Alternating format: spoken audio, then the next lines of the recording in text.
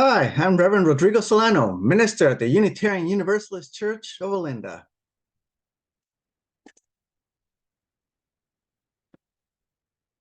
Have you ever felt like no matter how hard you try, other people simply aren't impressed with you or with what you do and how you're doing it? And been convinced that no one else could possibly think otherwise? How about this one? Have you seen someone else do something that didn't impress you?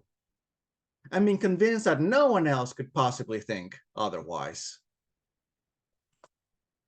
Hank Green from the Vlogbrothers YouTube channel describes that moment of unconvincing when he first had a serious realization that his perception was not nearly as universal as he thought. He shares the story of the most important 10 words a stranger ever said to him. When he was at a summer camp in his tweens, around 10 or 11 years old, watching another fellow about his age dancing in a way that he found odd. He describes the experience as secondhand embarrassment, convinced that whatever he was seeing was not what cool dancing should be. As he watched in astonishment what he was convinced was a cringy display, an older, higher status woman said to him those life-changing words, "I know. I wish I could dance like him too." This broke young Hank's perception of reality at the time, prompting him to redefine how he related with the reality that he shared with others. He was surprised that not only did his own account and evaluation of the scene not automatically transfer to everyone else, but he was dumbfounded that someone else might actually think the opposite. And rather than thinking of the unorthodox dancer with embarrassment, she was impressed. Although those life-changing words didn't exactly turn around everything in Hank's life, it did bring a shift in some of his modes of thinking. His mind began training itself to listen to another voice beyond his own patterns of criticism, and to accept that others may be experiencing a somewhat different reality, one that he might find worth exploring, and which might even offer transformation in how he relates with himself and others, a conversion in his perception. Our perceptions of others and of ourselves can be like that. And our patterns of thinking can convince us to be self-deprecating of our own worth and offerings, or to think of others with disdain. But if we take a moment to appreciate the value of others' perspectives, we might just find an opportunity of conversion toward a more affirming viewpoint. Now, there is a flip side to this. Just as we may sometimes have an exaggerated sense of our failings and shortcomings, or find ourselves overly critical of others, it also happens that we can be disproportionately confident in our abilities or in the quality of what we think we offer. And other voices, when coming from people who have credibility in those areas, can also offer a path to a more balanced sense of who we can be and how our offerings may better impact others. Likewise, there are times when it can be warranted for us to offer perspectives that may complement how others perceive themselves, if these are offered with love, with tact, and a genuine desire to be allies in those who trust our counsel, rather than seeking to impose our own perspective on others. This too can be an affirming practice. Of course, it helps if we have some level of authority on the matter, which is to say, there's good reason to believe that we know what we are talking about. Criticism for its own sake is seldom helpful and unlikely to be heeded. And still, being open to wisdom from unexpected places can bring surprising shifts in our perception.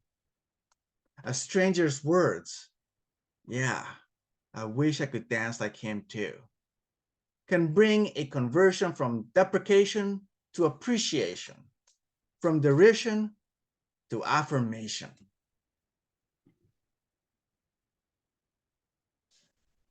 My friends, although Lent does not take the same prominence in our tradition as it might for many of our neighbors, I have been raising it up over the past few weeks because it invites certain spiritual practices. And I'm the kind of person who's into those spiritual things, as I imagine many of you hope I would. So, as we've been heading into this Lenten season, I have been inviting us to consider those things in our lives that offer value and which we seek to see more often by opening up space and time for them. In what is traditionally seen as a fasting season, one approach for that is to also consider those things that may be getting in the way by taking too much time and space. Now that Ash Wednesday is behind us, which in some traditions marks the beginning of the season, you may have been toying with the idea of giving something up, or conversely, taking something up. Sometimes these two paths go hand in hand. And here's another perspective. What if this practice can involve taking a deeper look at the doors of our perceptions? As Hank's story illustrates, making space for someone else's perspective can offer just that. And when done with an affirming mindset, it may even help us make more room for ourselves to flourish, to find more confidence in what we do, and to appreciate others in what they offer, as well as to welcome balance into our lives when others offer us counsel, even if it may sometimes be hard to hear. My friends, in this season of mind expansion, we may yet find transformation in unlikely places. Maybe even wayward words from a stranger. "Yeah, I wish I could dance like him too," can remind us that we may be in a better place than we realize, and that we can connect with others far more deeply than we might expect. Because who knows? What if there are folks out there who wish they could dance like you, no matter how much you may doubt yourself?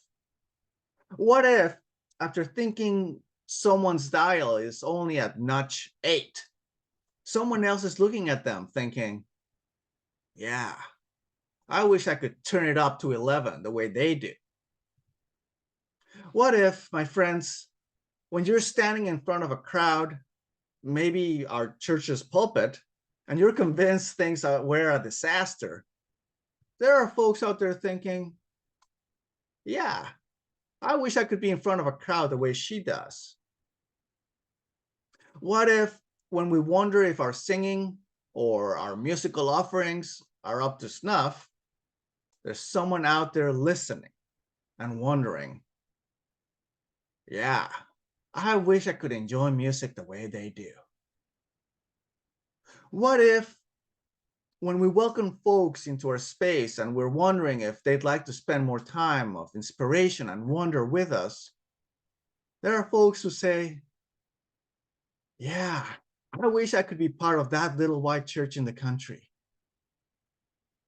My friends, sometimes there's a voice in my mind that wonders, "Yeah, I wish I could be in a community of warmth and caring that loves to look out for each other and make each other feel welcome." And then another voice in my mind says, "Yeah, I am." So may it be, in the spirit of shifting perceptions. Amen.